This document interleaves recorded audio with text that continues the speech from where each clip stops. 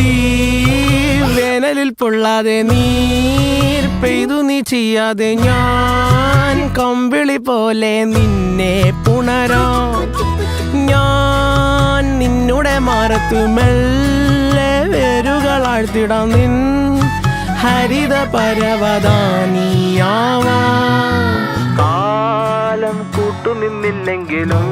എന്നെ പറിച്ചെറിഞ്ഞാലും വീണ്ടും പടർന്നു കേറിടും ഞാൻ കാലം കൂട്ടുനിന്നില്ലെങ്കിലും എന്നെ പറിച്ചെറിഞ്ഞാലും വീണ്ടും പടർന്നു കേറിടും ഞാൻ